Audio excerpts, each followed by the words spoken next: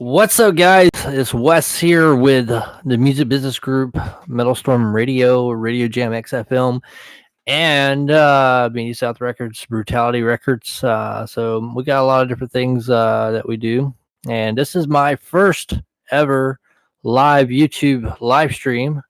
So, and we're doing music business Q&A. So for anybody out there in the world who has a music business question, we're going to type it in here, and hopefully um, we can answer a lot of questions and teach people how to get their performance royalty rights and stuff like that.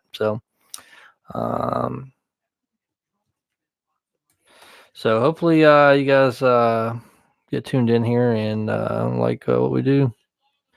So give people a few minutes to get tuned in. Hopefully people start chatting.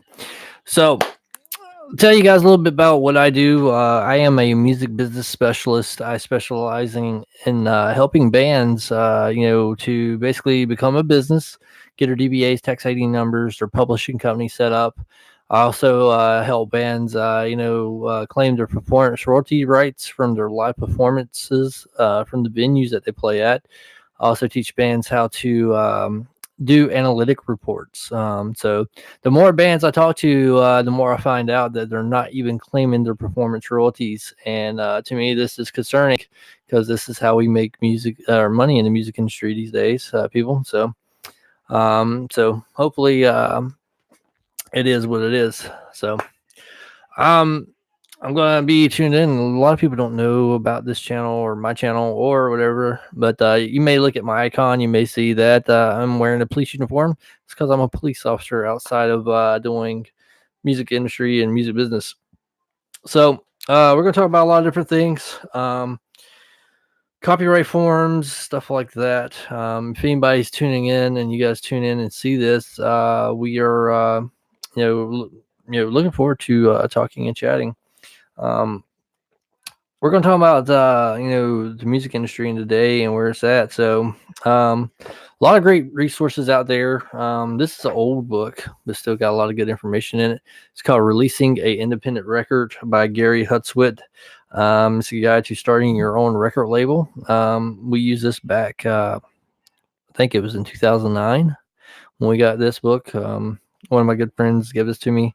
Ors Patterson for Dirt Lab Studios. Also, have you never heard of Audrey Chisholm Law Firm? Please go check them out and exactly what they do. So, Audrey, she's an entertainment lawyer who wrote the books How to Start Your Music Business and How to Run Your Music Business. Number one selling on Amazon. So if you haven't checked it out, please go check it out. It's a great resource. But we're going to talk about, so what does it mean to basically become a professional artist? And what organizations do you need to be a part of?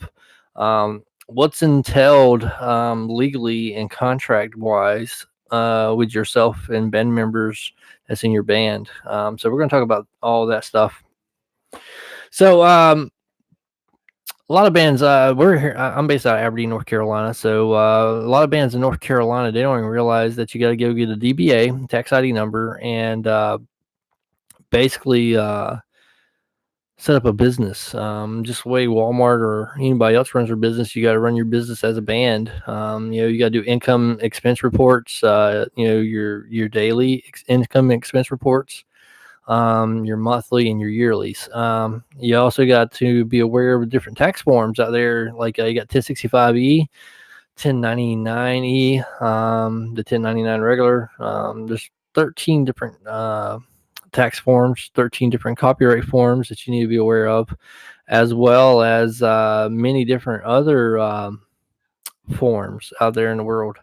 So a lot of things that a lot of bands don't realize is that they're too lazy to do is to learn about the music business side of things. They got the music down pat. They're playing, they're jamming, they got all that stuff good, but they don't realize that there's a business side of aspect to it, and you got to have management skills, business management skills, and counting skills, because the first 3 years are from becoming a DBA as a band, which is doing business as, is basically you got 3 years of tax write-offs, and for your share profitability. So all your gas going to shows, all your drum equipment, your guitar strings, your bar tabs, all that typically becomes a tax write-off. And you also are going to file taxes on your merch that you sell too. Now, a lot of people don't realize that you're supposed to have a what they call a retail resale permit to sell merchandise anywhere in the United States, including bars and stuff like that. So when you got your little merch table there, you're supposed to have a resale permit from the Department of Commerce. So a lot of bands, they don't have this. So if old Johnny IRS wants to walk in and he comes up to your merch booth and he wants to buy a shirt, and then he looks and he sees no business license, there's a lot of consequences. So up to $250,000 fine. Could be, possibly, but I doubt it, the scope of that. So you got totality of circumstances dealing with the music industry and common law nowadays. So, but we're going to talk about the music business plan. So if you're a band, what is it that you want to do mostly as a band? You want to sell music, right? Well, most people don't buy music no more. So you got to figure out how to use your music to sell other people's products. So we might talk a little bit about that, but we're going to talk about the development side of it first. So once you become a band, say you got a 5-piece band, you need to develop a business plan. One, you need to develop a business and do name research. Make sure that your band name isn't taken anywhere in the United States or the world, and make sure it's not copywritten or trademarked, because most national bands who has got their music and stuff sold in stores around the world and has their music shirts and their band t-shirts, stuff like that, and Hot Topic, FYE, all these different places, they typically have what they call a trademark.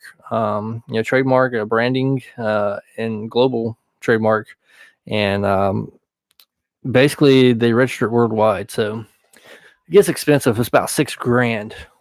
Some bands they become nonprofits, 501(c)(3). That's a whole different monster. Good resource for that though would be Audrey Chisholm. She sets up a lot of nonprofits. So check her out at Chisholm Law Firm. So say you're in a band, you're a garage band, and you want to take things seriously. So one of the first things you need to consider doing is doing what they call a band member sharing and percentages worksheet, also known as a band bylaw agreement. Band bylaw agreement typically is a document that outlines many different things, such as who's got the rights to be a contract signator for the band, who has rights in sharing percentages of the band's brand, logo, and trademark, who has the right to set up stores and sell the brand, who has the licensing rights to it, for your logo names and stuff like that. Another thing that a lot of bands don't consider is members' rights to music for 75 years. So when you copyright your music, it stays on the basically logger in the copyright library for 75 years from the day that you copyright it. So and when you copyright music, there's 2 forms that you need to be aware of as a band. That's forms PA and SR, but we're going to get back to that here in a minute. So band bylaw agreement. Once you basically, it could be anything set in stone, but basically it's a written agreement between the members of the band, and it entails the rights as musicians, who gets copyrights, who gets the writer's rights, and who gets performance rights. So performance rights typically deals with your live performances, stuff like that. So writer's rights is anybody's in the room at a point in time that the music is created and has input on that music. They get writer's rights, and you have to outline all this stuff on a performance rights organization website. So there's 3 of them in the United States. There's ASCAP, BMI, and CSAC. Now, anybody who wants to become a professional musician is highly recommended that you join these organizations, because this is how you get your royalty checks, people. It's also good in the day with the digital streaming to be a member of Sound Exchange. We'll talk about that a little bit too. So But each individual member has to be a member of a performance rights organization. Now, it's rare, but some cases, some band members are affiliated with multiple performance rights organizations. But once you're a member of one, you cannot be a member of all. So, in the performance rights organizations, ASCAP, BMI, CSEC, they got a clause saying that you, once you're affiliated with them, you're exclusive to that the agency. So if you're ASCAP, you got access to ASCAP publishers. If you're BMI, you got access to BMI publishers. Or you can have your own publishing company. So, but band first step is developing a band bylaw agreement after they get their songs and everything recorded, stuff like that. Then you want to copyright your songs. You want to go to the Library of Congress and you want to fill out forms PA and SR. They're digital. They don't tell you what the forms are, but when you fill them out on there, if you don't know how to fill them out, there's great resources, and you guys can contact the Music Business Group, and we'll give you free resources on how to fill out your copyright forms. That way you get paid for every time your music streamed. There's also web sync licenses out there for when you upload your music to YouTube, Facebook, and many other different digital outlets. You want to put those songs and stuff that you have in a record, with the web sync license, and file that with your performance rights organization. That way you get paid. Just like when you play live shows, you want to fill out what they call a show analytic report. And if you're a member of ASCAP, which I am, you'll go to ASCAP on stage and you'll fill out your show analytics with your 9-digit ISRC code and your 9-digit copyright code that you get from the Library of Congress. Once you copyright your music, you have those numbers. ISRC code is International Standard Recording Codes. So you want to have those embedded into your audio files. That way, anytime your music's streamed, and it gets recognized that it's your music, and you get paid a streaming royalty. Current streaming royalties, I think, is 9 cents on the dollar for every 150 plays. So for an average musician to make minimum wage, you got to have 25,000 plays a day to make $7.25 an hour for 40 hours for a week. So for 7 days a week, you got to have 25,000 plays every day to make minimum wage income just off of streaming royalties. But a lot of bands are not making money, basically, selling music, their music anymore, because people just don't buy music no more. They buy merch. They might buy vinyl records to hang on their wall as poster pieces, stuff like that. But if you really want to sell music and make money in the music industry, it's best to do it right here through YouTube. So YouTube, that is pretty much the way to go in developing content and getting ad placements and getting subscribers up to 1 million or more was key in today's industry. Oh man, I'm out of breath. It's hot as fucking here. So a lot of people don't know about the performance royalties. So and more bands I talk to, they don't even know the process of claiming their performance royalties from their shows. So here at the Music Business Group, we basically consult bands. Our retainer fees typically $125, and then it's $25 per consult. And what we do is basically we help you step by step develop your business plans for your band. We also sit you down with a consumer marketing psychologist, consumer psychologist, basically, and they tell you exactly what you're worth. Now, there's a great number that a lot of people don't know when it comes to marketing and finding out exactly how much you can sell at a show. So anytime you play a live show, it's good to know how many people's there, because you can take the number of how many people's there and times it by 0.02%, and it gives you the exact number of how many people is actually going to buy a CD, t-shirt, koozie, whatever it is that you got. And that will give you your marketing number. That number works 100%. It always has, never fails. And you can use that for your Facebook likes, basically to determine your marketability on social media. So Facebook, Twitter, your followers on Twitter, Instagram, all that stuff. So whatever your followers are, times it by 0.02%. And when you advertise your stuff, that's how many people you're reaching officially. Now, a lot of people, they go out and they pay for these advertisements, and it's not a bad thing, but it's also, you got to know the algorithms behind internet marketing. So basically, if you're paying a company, they promise you a certain scope. You can use the 0.02% out of the number that they promise you. A lot of people, they go on Facebook and they see, for this much money, you can reach a potential 400,000 people.